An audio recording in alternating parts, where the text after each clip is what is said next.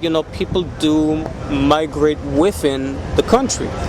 For example, if we look at Cairo or Alexandria, yes, we know that there were a lot of people coming from other areas into this part of the country, but you still see a lot of people who are very dark, like you see from the south. And I think what people fail to realize is that people tend to go where the economy is best. So wherever they feel that there is good economic opportunities, you're going to see people going there. So if we go to Alexandria, for example, you see lots of people, not only from different parts of Egypt, but from different parts of the world. Same thing with Cairo. I see people walking around the streets here. I've met Palestinians. I've seen Turkish people here. I've seen people from Somalia and Eritrea and Sudan. So you have to ask yourself why people come here. People come for many different reasons. People come to do business. People come for education because we have, several very good universities here in Cairo. And so when we talk about these issues, we also have to look at economics, that people do not just stay static living in one area. Of what you say, that during the Greco-Roman period, the people of Alexandria were exempted from taxes. Mm-hmm. That's why many people immigrated to Alexandria and tried to live there too. Okay, so that would have been a very big incentive, because we know if they could get there. Because we know, for example, that there was a very big Jewish community in Alexandria who, I guess, came originally from Palestine. And but even from the Pharaonic period, of course, we see like certain murals, we see scenes of people coming in from Palestine into Egypt. We also know, like during the Old Kingdom, I'm not sure up to what point, but we know that a lot of the police force in Egypt were Nubians. So we know also that they had several excursions. There was some contact with the Horn of Africa, with Punt, for example. So also during the early 1900s, we had very big immigrations to Cairo and Alexandria by the south of Europe, by people from Italy or from Greece, because these were two very rich cosmopolitan cities. Yes. So merchants would love to live in these cities. Oh, I see. So of these people who migrated in from Europe during the turn of the century, have they more or less integrated into the Egyptian society, or are they still separate?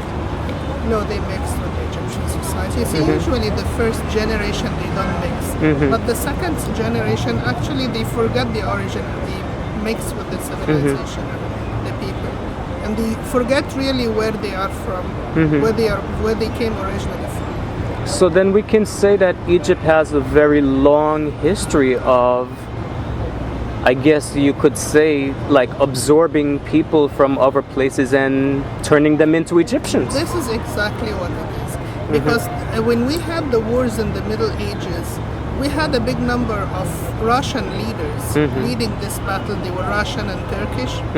And they thought of themselves as Muslims and defending this country, and they lived in Egypt. They are buried here. Generations and their offspring, they are Egyptians now. So Egypt really has the power to absorb all the others. We turn them into Egyptians, but we never turn into something different. This is exactly what I see, because like I'm walking around town and I see a lot of people with very, very white skin and bright red hair. And I see some people even blonde, blonde people. I see people with very, very dark skin, like chocolate brown skin, but they have green eyes. And I see other people who look, like what we would expect an African to look like. But, it's like with all of this, it's like these are still one people. It's like you don't get the sense, for example, in the United States, that these people are keeping themselves separate from each other. you know, like in the United States, we have a neighborhood, you see like all the people of European background, they're living in these neighborhoods. All the people of non-European background are living in those neighborhoods. You know, they tend to not marry each other. They keep to their own group. And if someone marries, you know, from the African American with the European American, it's like, oh my God, you know, it's like still. This you can find them sometimes also within one family. One day I was invited by a friend of my husband. He invited our family, and then he was calling his brother the Negro. And then I was looking around to see how this Negro is like. I discovered he's a blonde man. They call him the other way around. He's very blonde. He has blonde hair, has very blue eyes. He looks like the Swedish people from the very north. And within my family, we have the same. I have one aunt, all her kids or all her offspring is like that sort of people. And then you find, you know, I have a friend from Alexandria, and you know, he looks. Well, I'm sure you've heard of him. His name is Karam Gabber. He won the gold medal for Egypt in the Olympics. And he's like, I guess, you know, a light brown complexion. But, and all of his brothers are the same complexion. But then you see the youngest brother, and you would think he was from Ethiopia. I mean, he just has that look and that skin color. But these are the same family, same parents. Same mother, same father, but his family, I believe, on his mom's side, the grandmother is from Aswan. So it's interesting that, you know, like this one child took after the grandmother. But, you know, this is the thing with Egypt, is like you see somebody very dark or somebody very light, and you would think, you know, if you're looking at it from the perspective of the United States, you would figure, oh, these two people cannot be related. But then you look at the extended family and you see there's a range, you know, it's a spectrum of colors. So even walking around, you see people, you see a particular face, and you'll see that face in several different colors. You know, this is the thing that I find interesting about Egypt, is that the identity is really based on the geography. I mean, like, you know, in the United States, we tend to base our identity on race, you know, but do the Egyptian people have this idea of categorizing themselves into races? Nowadays, not. Yeah, because usually you have different types of people. As I told you, you have two brothers now. One of them is blonde and the other is black. Okay, so how can you identify this family into two races? Yeah.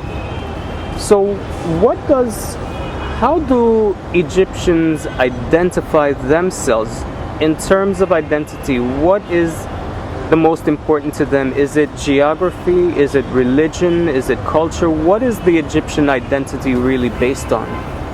No, the problem is nowadays people, when you ask them that question, they will tell you we are Arabs, thinking because they adopted the religion of the Arabs, they became Arabs like them.